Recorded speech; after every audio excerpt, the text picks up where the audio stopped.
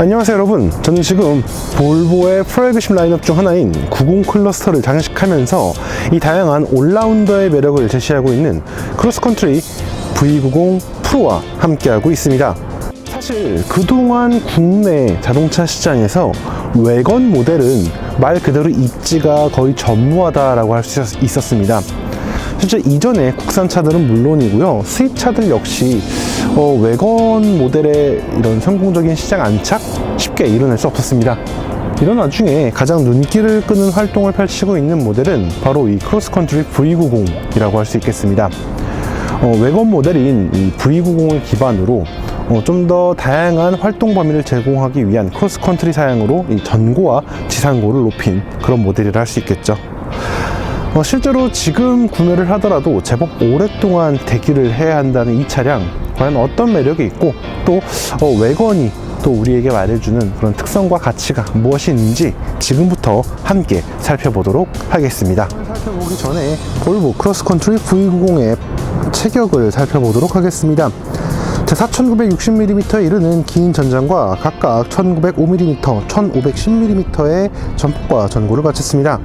확실히 일반적인 세단이나 승용 모델 혹은 외건 모델에 비해서 약 한 4-50mm의 높이가 높다라는 걸 확인할 수 있겠네요. 여기에 2941mm의 긴 휠 베이스를 통해 실내 공간과 적재 공간에 대한 기대감을 높입니다. 한편 이러한 체격에 이제 2.0 가솔린 터보 엔진과 AWD 시스템 이런 것들이 더해지면서 공차 중량은 1950kg으로 생각보다는 조금 무거운 편이지만 그렇다고 과한 체격은 아니다 라고 설명을 드릴 수 있겠습니다. V90의 디자인을 살펴보도록 하겠습니다. 자, 기본적으로 전체적인 이미지는 확실히 90 클러스터, 특히 S90과 무척 유사하다라는 걸 확인할 수 있습니다. 실제로 프론트 그릴이라든가 헤드라이트의 연출 등은 거의 S90과 완전히 동일하다라고 할 수 있겠고요. 대신 바디킷은 확실히 이 기존의 S90 대비 혹은 V90 대비 더욱더 다양한 험로 주행을 염두한 이 약간 SUV 스타일로 다듬어진 모습을 확인할 수 있습니다. 전체적으로 굉장히 단정하면서도 좀 엣지감이 있는 그런 모습을 보여주고 있다라고 할 수 있겠고요. 측면으로 오게 되면 이 크로스컨트리 V90의 특징을 곧바로 살펴볼 수 있습니다. 자, 보시면 아시겠지만 굉장히 길어요. 일단 길기도 하고요, 또 직선적인 모습을 하고 있다는 걸 확인할 수 있습니다. 실제로 보시면 이 휠 위쪽으로는 일반적인 세단 혹은 외건 모델의 전형적인 실루엣을 갖고 있다면 이 하단 부분에는 클래딩 가드를 둘러서 SUV의 이미지를 강조하고 있다라고 할 수 있겠습니다. 아무래도 차량의 특성상 일반적인 세단 모델 대비 좀 더 두툼한 편평비를 갖고 있는 235 50R19 사이즈의 휠과 타이어를 장착하고 있는 걸 확인할 수 있겠고요. 그리고 윈도우 라인은 약간 검은색으로 칠하면서 이 차체와의 선명한 대비를 이뤄내고 있습니다. 자, 이어서 후면을 보도록 하겠습니다. 후면은 사실 볼보 SUV들과 유사한 모습을 보여주고 있습니다. 개인적으로 보자마자 떠오른 건 XC60이랑 좀 비슷한 것 같다 라는 이미지거든요. 사실 볼보는 이 세단도 세단이지만 외건 모델에 대한 경험치가 워낙 많다 보니까 이 외건의 후면 디자인을 굉장히 잘 연출을 하는 브랜드입니다. 그래서 후면에서도 분명 어떻게 보면 좀 일종의 파생 모델이라고도 할 수 있겠지만 원류라고 할 수 있는 이런 이 볼보만의 아이덴티티가 잘 녹아들어 있다라는 걸 확인할 수 있겠고요. 그리고 이 범퍼 쪽에는 이렇게 크로스컨트리라고 레터링을 새롭게 새겼습니다. 이를 통해 차량의 정체성 더욱 명확하게 보여주고 있고요. 리어 코mbination 램프 하단에는 B5 AWD 이 배지와 메이드 바이 스웨덴이라는 이 번호 넘버 플레이트의 그런 디테일을 함께 살펴볼 수가 있습니다. 전체적으로 크로스컨트리 V90 프로의 디자인은 이 볼보의 감성 그리고 볼보의 요소들을 잘 표현하고 있으면서 이 볼보가 얼마나 이 외건 계열들에 대한 경험치가 얼마나 높은지 확인시켜주는 그런 모습을 하고 있다라고 설명을 드릴 수 있겠습니다. 이어서 볼보 크로스컨트리 V90의 이 실내 공간 살펴보도록 하겠습니다. 자, 실내 공간은 여느 볼보의 인스크립션 트림에서 볼 수 있는 이 매력을 확인할 수 있습니다. 실제로 이 아주 독특하면서도 고급스러운 색채의 대비가 이루어지는 연출을 볼 수가 있겠고요. 대시보드에는 우드 패널의 연출과 이 적절한 금속 이 메탈 피니쉬의 디테일을 살펴볼 수 있습니다. 기본적으로 디지털 클러스터라던가 이 볼보 특유의 스티어링 휠 시스템, 그리고 인포테인먼트 시스템은 무척 익숙한 모습입니다. 기본적으로 워낙 우수한 만족감을 주는 이런 구성이기 때문에 지금 다시 한번 마주하더라도 충분히 매력적인 구성이라고 설명을 드릴 수 있겠고요. 그리고 센터 터널에는 깔끔하게 다듬어진 기어 시프트 레버와 드라이빙 모드 체인저, 그리고 컵홀더가 탑재되어 있고요. 그리고 새롭게 이제 무선 충전 패드가 이 컵홀더 부분에 새롭게 마련이 돼서 이 편의성을 좀 더 높여주고 있다라고 할 수 있겠습니다. 기본적으로 이 90 클러스터를 기반으로 한 모델인 만큼 실내 공간은 무척 넉넉합니다. 시트의 크기도 형태도 디테일도 만족스럽고요. 레그룸이라던가 헤드룸도 충분히 여유롭습니다. 이와 함께 실내 공간에는 바우스 & 윌킨스 사운드 시스템이 더해지면서 더욱더 풍성한 이 음향 경험을 누릴 수 있죠. 참고로 바우스 & 윌킨스 사운드 시스템은 이 하드웨어 개편과 그리고 새롭게 추가된 이 음장 모드인 재즈 클럽 한번 살펴볼게요. 자, 이렇게 눌러보면 자, 이렇게 예테보리의 재즈 클럽이라는 새로운 음장 모드가 마련되어 있어서 더욱더 트렌디하고 감각적인 사운드 경험을 누릴 수 있게 되었습니다. 이어서 크로스컨트리 V90의 2열 공간 살펴보도록 하겠습니다. 자, 2열 공간 역시 1열 공간에서 보았던 것처럼 이 프로 트림, 즉 인스크립션 트림의 매력을 한껏 누릴 수 있는 여러 디테일들이 이제 마련되어 있는 걸 볼 수 있겠고요.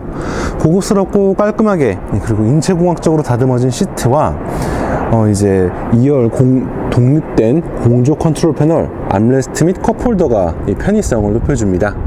이와 함께 개방감 좋은 파노라마 선루프 덕분에 이 실내 공간에서 높은 만족감을 누릴 수가 있고요. 레그룸과 헤드룸은 충분히 여유롭습니다. 그리고 도어 패널을 보시게 되면 아시겠지만 다시 한번 바우스 & 윌킨스 사운드 시스템의 존재감을 느낄 수가 있고요. 고급스러운 마감, 그리고 수동식이긴 하지만 선블라인드가 함께 마련되어 있어서 이 2열 프라이버시에 대한 만족감을 더욱더 높이고 있다라고 설명을 드릴 수 있겠습니다. 크로스컨트리 V90의 가장 큰 매력은 바로 적재 공간에 있습니다. 실제 이 외건 모델을 기본으로 개발된 차량인 만큼 이 공간의 여유가 상당히 넉넉하다라고 할 수 있겠네요. 지금처럼 트렁크 게이트를 들어 올리게 되면 굉장히 깔끔하고 넉넉한 적재 공간이 마련되어 있는 것을 확인할 수 있겠고요. 그리고 이 적재 공간에는 적절한 조명과 이 볼보 특유의 퍼스트 에이드 킷, 그리고 이렇게 각종 짐이라던가 그런 그 카고 네트 등을 고정할 수 있는 이 고리가 양쪽에 마련되어 있는 걸 볼 수 있습니다. 이 외에도 이렇게 수동으로 세울 수 있는 격벽이 마련되어 있어서 상황에 따라서 이 짐을 분할하여 적재할 수 있는 매력이 있겠고요. 그리고 2열 시트가 분할 폴딩 되기 때문에 2열 시트 폴딩 시에는 상당히 넉넉한 적재 공간을 추가로 확보할 수 있다는 점이 굉장히 매력적입니다. 이를 통해 이 크로스컨트리 V90은 이 이동식 이 레저 활동의 이 거점이 될 수 있는 그런 이 여유를 제공하고 있다라고 설명을 드릴 수 있겠습니다. 최근 볼보는 파워트레인 전략을 빠르게 개편하면서 브랜드 포트폴리오를 새롭게 개편하고 있습니다. 이러한 이 전략에 따라서 디젤 모델들은 이제 국내 시장에서 찾아볼 수 없게 되었고요. 가솔린 모델 역시 48V 마일드 하이브리드 시스템을 통해서 보다 효율적인 드라이빙을 구현하고 있습니다. 실제 오늘의 주인공 크로스컨트리 V90 프로 같은 경우도 250마력과 35.7kg의 토크를 제시하는 2.0 터보 엔진, 그리고 48V 마일드 하이브리드 시스템을 기반으로 한 10kW의 전기 모터를 조합한 B5 파워트레인을 탑재하고 있습니다. 여기에 이제 8단 기어트로닉 그리고 AWD 시스템이 더해지면서 보다 우수하면서도 효율적인 드라이빙의 매력을 제시하고 있죠. 실제 이러한 구성을 통해 볼보 크로스컨트리 V90 B5 프로는 이 복합 기준 10.3km/L의 우수한 효율성을 확보했고요.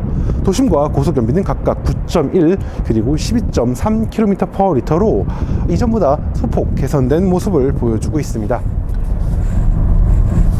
자, 그럼 지금부터 볼보 크로스컨트리 V90 B5 프로와 함께 실제 주행을 하면서 실제 주행 상황에서 이 차량이 어떤 특징과 어떤 매력이 있는지 함께 살펴보도록 하겠습니다. 자, 가장 먼저 좀 실내 공간 얘기를 좀 해야 될 것 같은데요. 가장 눈에 띄게 바뀐 부분이 무엇이냐 라고 했을 때는 바로 이 새로운 음장이 추가됐다라는 점. 기존에는 예테보리 오케스트라 콘서트 홀만 이제 마련이 되어 있었는데, 이제는 재즈 클럽 또 새롭게 추가가 되어서 더욱 트렌디하고 이 뭐라고 할까요? 개성 넘치는 팡팡하는 그런 사운드를 누릴 수 있게 되었고요. 그리고 노란색 콘을 자랑했던 바워스타인 윌킨 사운드 시스템이 이 새로운 콘으로 바뀌면서 이 노란색 그 콘이 보이지 않게 되었습니다. 좀 아쉽네요. 그리고 무선 충전 패드가 새로 추가됐습니다. 지금 영상에서 보이실지 모르겠는데 무선 충전 패드가 추가가 되어서 이렇게 핸드폰을 놓을 수가 있어요. 그런데 핸드폰이 좀 기신 분들, 그러니까 좀 인치수가 좀 큰 폰들은 이 충전 패드가 조금 어긋나는 경우가 있어요. 그리고 이 위쪽을 이렇게 그러니까 위쪽에 덮개까지 밀어서 놓으면 되긴 되는데, 그렇게 되면 이게 폰을 고정해 줄 수 있는 공간이 없어서 이렇게 위아래로 이렇게 움직이게 되는 부분이 있어요. 기존의 구성을 좀 살리면서 무선 충전 패드를 넣다 보니까 이런 모습을 하게 된 것 같은데, 뭐 폰이 작은 분들은 크게 문제가 없겠지만 저처럼 폰이 큰 사람들은 좀 불편할 수도 있겠다 정도로 좀 설명을 드릴 수 있겠습니다. 그래도 다행히 패드가 이 고정대가 없어서 좀 흔들릴 수는 있겠지만 일상적인 주행에서는 어느 정도 지지가 가능한 그런 소재를 더해놨기 때문에 크게 아쉬운 건 없을 것 같다 라고 설명드릴 수 있겠네요. 자, 크로스컨트리 V90. 자, 이 차는요, 기존의 이제 90 클러스터라고 할 수 있는 S90에 비해서 확실히 지상고가 높은 차예요. 그리고 새로운 S90이 휠베이스를 이제 롱 휠베이스 사양을 기본으로 하고 있기 때문에 체급에서 약간 차이가 나게 되었습니다. 일단 한 가지 확실히 말씀드리는 건 높아요. 네, 높은데 그렇게 많이 높진 않아요. 네, 그런 부분 좀 특징이라고 할 수 있겠고, 시트도 살짝 올라와 있는 듯한 느낌이 있어요. 그래서 확실히 운전 시야라던가 주변 상황을 좀 더 명료하게 살펴볼 수 있도록 그런 시야 확보에 신경을 썼다라는 걸 확인할 수 있겠고요. 대신 일반적인 승용차와 옆을 세워놨을 때 크게 높지 않아서 그냥 이 차는 외건으로 분류를 해도 크게 문제가 없겠다 싶은 그런 모습을 보여주고 있습니다.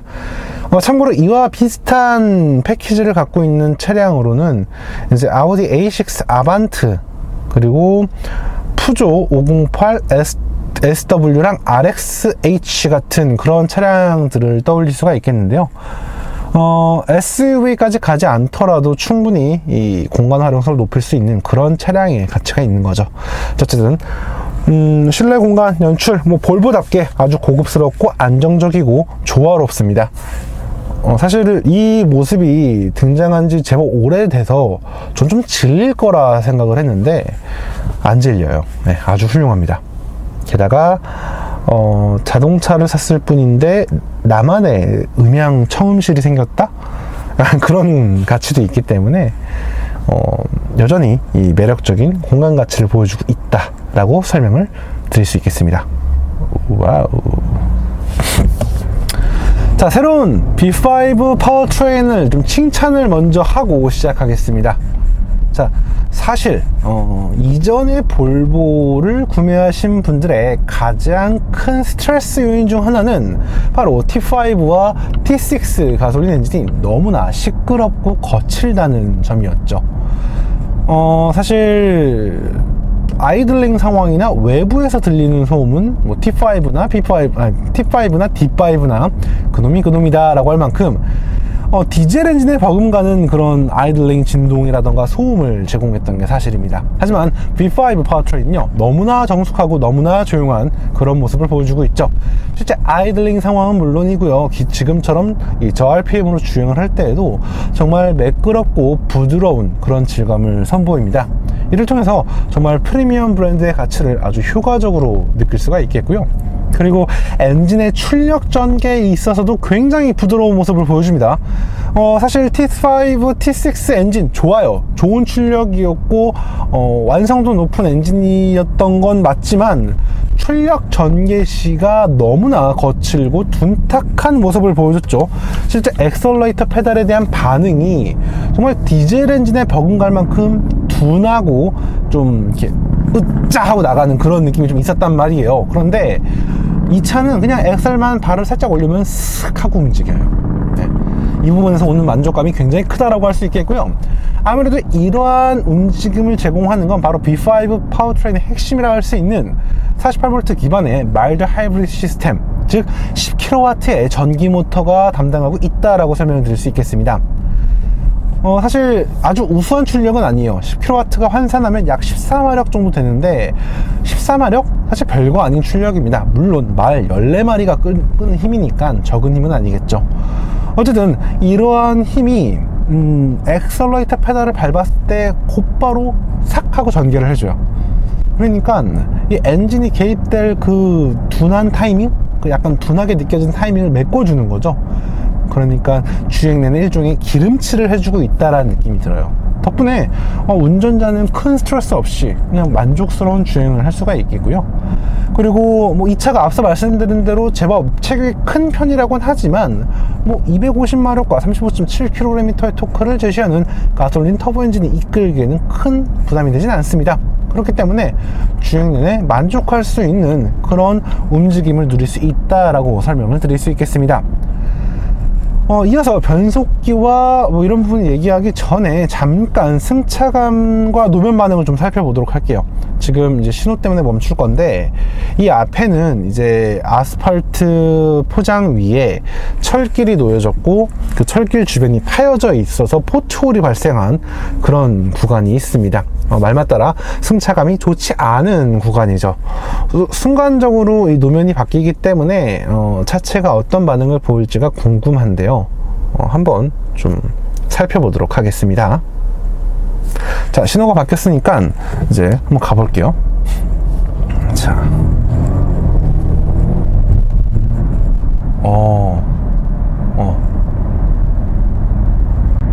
괜찮네요.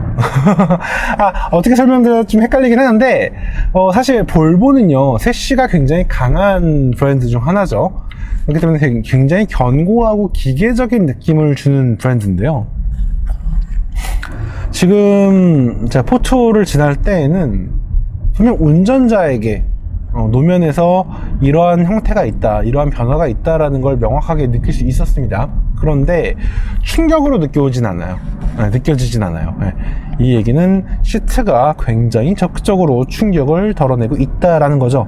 사실 이 볼보의 시트가 그렇게 푹신한 스타일은 아닌데 아님에도 불구하고 이렇게 능숙하게 충격을 받아준다라는 점 굉장히 만족스럽습니다. 자, 어쨌든 다시 넘어가도록 할게요. 자, 기어트로닉. 이 B5 심장과 합을 이루는 건 바로 기어트로닉이고요. 8단의 기어비를 갖고 있습니다. 예전부터 그 볼보를 좀 관심이 있었던 분 기억하실 텐데 드라이브 E 파워트레인의 핵심이라고 할 수 있습니다. 기본적으로 워낙 우수한 변속기라고는 할 수 있겠지만 사실 어떤 특성이 있는 변속기는 아니에요. 실제로 이 크로스컨트리 V90에서도 그냥 굉장히 뉴트럴한 그 뉴트럴한 모습을 보여주고 있어요. 변속 속도 평이하고 변속 충격 크게 주지 않고 그냥 상황에 따라 적재적소 들어오는 어떻게 보면 가장 평균적인 만족감을 주는 변속기? 그렇게 설명을 드릴 수 있겠고요. 다만 좀 아쉬운 게 패들 시프트가 없습니다. 물론 이 차는 그 T6를 대체하는 B6 파워트레인 탑재 모델은 아니지만 그래도 패들 시프트는 좀 아쉬워요. 대신 방법은 따로 있기는 해요. 뭐냐면 기어 시프트 레버를 뒤에서 한 번 더 당겨요. 그럼 M 모드가 활성화가 돼요. 그리고 기어 시프트 레버를 오른쪽, 왼쪽, 오른쪽, 왼쪽 하면은 이제 기어를 조정할 수가 있습니다. 이 방식 저 되게 안 좋아해요, 사실은. 이 방식이 옛날에 크라이슬러 SRT에 적용되었던 방식이었는데, 이거 별로거든요, 저는. 진짜. 물론, 이 GM의 일부 차종에 들어가는 그 괴상측한 토글 스위치보다는 이게 낫긴 한데, 이게 그렇게 막 직관성이 좋거나 이건 아니거든요. 약간 좀 웃겨요. 그리고 조작하는 느낌이. 굉장히 클래식하고 안정적인 보편타당한 프리미엄을 보여주고 있는 볼보에서 이렇게 경박한 움직임을 보여야 한다는 거, 요거는 좀 아쉬운 부분이에요. 이 기능보다 차라리 패들 시프트를 넣어주는 게 좀 더 매력적이지 않을까? 라는 그런 생각을 갖고 있습니다. 자, 차는요, 앞서 말씀드린 대로 길어요. 네, 물론 5m가 넘는 차는 아니지만 굉장히 긴 편입니다. 실제로 보닛도 되게 긴 편이고요. 또 이제 외관 모델이다 보니까 이 운전자 뒤쪽으로 이 차체 끝까지 이어지는 거리가 상당히 먼 걸 느낄 수가 있죠. 그렇기 때문에 처음에 이 차를 운전하심에 있어서 길이감을 빨리 파악하는 게 굉장히 중요하다고 봐요. 네, 길이감만 좀 적응을 하시면 기본적으로 차 자체는 다루기가 쉬운 편이에요. 스티어링 휠이 약간 무게감이 있긴 하지만 그냥 이 스티어링의 조향 반응에 대한 차체의 반응은 굉장히 편안한 부드러운 모습을 보여주기 때문에 일상적으로 다루기에 큰 어려움이 없습니다. 물론 좀 좋지 않은 노면을 지날 때는 확실히 차체가 단단하다라는 그런 차체에서 탁탁탁 하는 그런 질감은 느껴져요. 하지만 승차감 자체는 굉장히 부드럽게 연출이 되기 때문에 현재 도로 상태와 이 승차감을 공존시키는, 그러니까 어떻게 보면 좀 다이렉트하게 운전자에게 노면 상태를 전달함과 동시에 프리미엄 브랜드의 가치를 잘 살리고 있다라고 설명을 드릴 수 있겠어요. 딱 어떤 브랜드가 비슷하다라고 설명하기는 어렵겠지만 굉장히 특색이 있고 또 나름 적응이 되면 괜찮은 셋업이에요.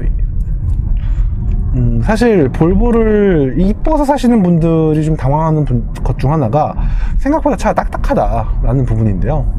아마 최근에 완전 최신의 볼보들은 좀 더 부드러워졌으니까 그런 이미지가 좀 더 개편될 거라고 생각이 되고요. 이 차 같은 경우도 지금처럼 순간적으로 노면의 변화가 있을 땐 좀 탄탄하게 반응을 하지만 요철을 넘어간다거나 오르막 구간을 올라간다거나 할 때 그 첫 서스펜션, 프론트 서스펜션의 첫 반응 자체는 굉장히 부드러워졌어요. 물론 이전처럼 이 급작스러운 상황에는 굉장히 탄탄하게 높은 한계 영역을 보여주긴 하지만 기본적인 성향 자체가 조금 더 소프트해진 모습이 있어서 우리나라 사람들이 좀 더 좋아하겠는데? 라는 생각이 들더라고요. 네, 그런 부분까지 감안한다면 더욱 높은 만족감을 주는 그런 차량이 되었다라고 설명을 드릴 수 있겠습니다. 그리고 볼보의 드라이빙 모드가 이렇게 에코, 컴포트, 다이내믹, 그리고 오프로드가 되어 있는데요. 사실 저는 주행을 할 때 다이내믹 모드를 굉장히 좋아하는 편입니다. 다이내믹 모드를 하게 되면 사실 차의 기본적인 움직임도 좀 더 탄탄해지는 것도 있지만 엔진 반응성이 한층 더 좋아져요. 제가 앞서서 T5라든가 T6에 비해서 이 B5가 얼마나 매끄럽게 변화되었는지 한번 말씀을 드렸는데 이 다이내믹 모드로 바꾸게 되면 그 정수를 느낄 수가 있습니다. 정말 우리가 스포티하다라고 떠오르는 브랜드들 있죠. 예를 들어서 BMW라던가 아니면 아우디라던가 이런 브랜드들을 긴장시킬 만큼 엔진 반응이라던가 엔진 질감을 잘 살려줍니다. 이런 부분에 있어서 굉장히 매력적이에요. 다만 이 고회전 시 엔진 자체가 약간 스크래처를 쓰는 듯한 소리가 나요. 그래서 이 소리가 좀 익숙하신 분들은 만족할 수 있겠지만 좀 어색하시거나 좀 낯선 분들은 좀 취향에 따라 좀 갈릴 수 있겠다라고 설명을 드릴 수 있겠습니다. 한편 이제 이 차의 강점 중 하나는 역시 우수한 안전 사양에 있을 거라고 설명을 드릴 수 있겠는데 실제 안전 사양 정말 많이 마련되어 있죠. 아마 제가 설명을 드리는 것 이상으로 실제 시승을 하거나 차를 타보시게 되면은 더 많은 그런 요소들을 확인할 수 있다라고 설명을 드릴 수 있을 것 같아요. 게다가 볼보의 자랑 파일럿 어시스트는 사실 뭐 많은 분들이 자꾸 테슬라의 그 완전 자율주행 베타를 좀 기대하시는 분들이 많은데, 여러분, 베타 서비스는 베타 서비스입니다. 네. 제가 예전에 게임 회사를 다녀서 설명을 드리는 건데요. 알파 다음 베타고요. 베타가 양산까지 가려면, 그러니까 오픈 베타도 아니고 완전한 랜딩을 하기까지는 굉장히 오랜 시간이 필요합니다. 하지만 이 볼보의 파일럿 어시스트, 완전한 자율주행은 아니겠지만 가장 신뢰할 수 있는 이 자율주행 보조 기술이라고 설명을 드릴 수 있겠습니다. 안정적이고 정말 섬세한 이 출력의 제어, 그리고 이 차선 유지라던가 차선을 지켜가는 그 과정에서의 매끄러움이 정말 압도적인 가치를 선사를 하고 있습니다. 네, 그런 것까지 좀 설명을 드릴 수 있겠고요. 한편 이제 많은 분들이 효율성을 여쭤보실 것 같아요. 자, 공인연비가 아까 10.3km per 리터였고, 이제 도심은 9km대, 뭐 고속은 12km대 정도가 나왔는데요. 볼보의 특징이 있다면, 실제 연비가 이 공인연비에서 크게 차이가 나지 않는다라는 점입니다. 자, 볼보와 반대로 되는 브랜드가 있죠. BMW, 푸조, 캐딜락, 쉐보레 같은 실제 연비가 이 공인 연비를 압도하는 브랜드, 차이가 두 가지가 있는데, 실제 크로스컨트리 V90 프로 같은 경우는 저희가 일반적으로 한 30-40% 정도의 이 공인 연비 대비 이 개선폭을 보여주는 자유로 연비에서 15.6km였나요? 15.8km per 리터였나요? 그 정도 나왔던 것 같아요. 그러니까는 12.3km per 리터면 약 한 15% 정도가 개선된 수치인데 좀 아쉽죠. 하지만 이전의 볼보에 비해서 개선폭이 좀 늘어났어요. 네. 그렇기 때문에 아마 좀 더 저희보다 이 연비 운전에 익숙하신 분이라고 한다면 90km 정속 주행 시 한 16km대까지도 아마 바라보실 수 있을 것 같고, 도심이야 뭐 어차피 가솔린 모델이기 때문에 아주 뛰어난 건 어쩔 수 없겠지만, 아주 뛰어나진 못하겠지만 그래도 충분히 만족할 수 있는 수준의 효율성은 나오지 않을까라고 생각을 해보게 됩니다. 자, 오늘 크로스컨트리 V90 프로 정말 오랜만에 다시 마주했는데요. 여전히 매력적입니다. 제가 외건을 하나 갖고 있단 말이죠. 세단 모델도 하나 있고 외건 모델도 하나 있는데, 외건 정말 좋아요.